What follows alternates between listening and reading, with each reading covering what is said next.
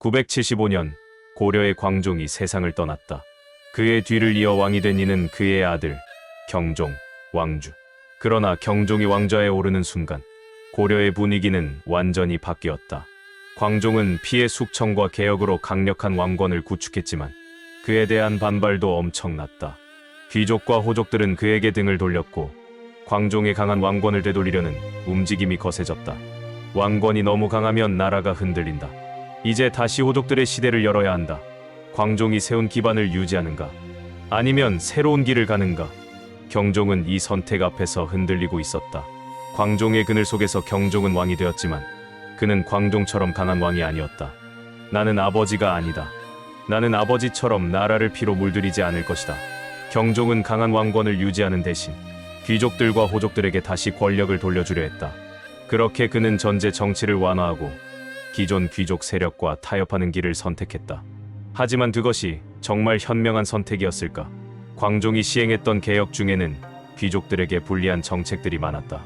대표적인 것이 노비안검법. 광종은 이 법을 통해 귀족들이 불법적으로 늘린 노비들을 해방시켰고 그로 인해 많은 귀족들이 불만을 품고 있었다. 경종은 귀족들의 요구를 받아들여 노비안검법을 폐지했다. 나는 개혁을 이어가지 않는다. 이제 다시 고려를 원래의 모습으로 되돌릴 것이다. 경종은 귀족들과의 타협을 하면서도 자신만의 개혁을 시도했다. 그것이 바로 전시과 제도의 실시.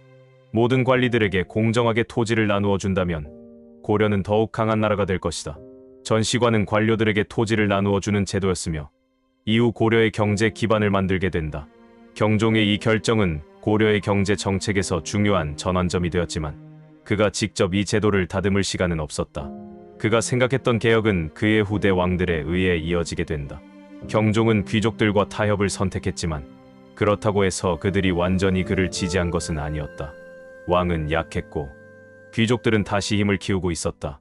왕권은 더 이상 광종의 시대처럼 강하지 않다. 우리가 다시 고려를 이끌어야 한다. 경종은 광종의 개혁을 일부 되돌리며 귀족들의 편에 섰지만 그렇다고 왕권을 완전히 포기한 것은 아니었다. 그는 왕권을 지키면서도 귀족들의 반발을 막기 위해 타협을 시도했다. 그러나 그 과정에서 그는 점점 더 고립되었고 결국 그는 병에 걸려 쇠약해졌다. 나는 고려의 왕이었지만 나는 끝까지 고려를 다스리지 못했다. 981년 경종은 즉위 6년 만에 세상을 떠났다. 그의 치세는 짧았고 그가 이루려 했던 개혁도 완전한 형태로 자리 잡지 못했다. 광종의 피해 숙청을 마무리하고 왕권과 귀족 사이의 균형을 맞추려 했지만 그는 그 균형을 끝까지 유지하지 못한 채 사라졌다. 그리고 고려는 곧 성종이라는 새로운 시대를 맞이하게 된다. 경종은 광종처럼 강한 왕이 아니었지만 그는 고려를 바꾸기 위해 나름의 시도를 했던 왕이었다.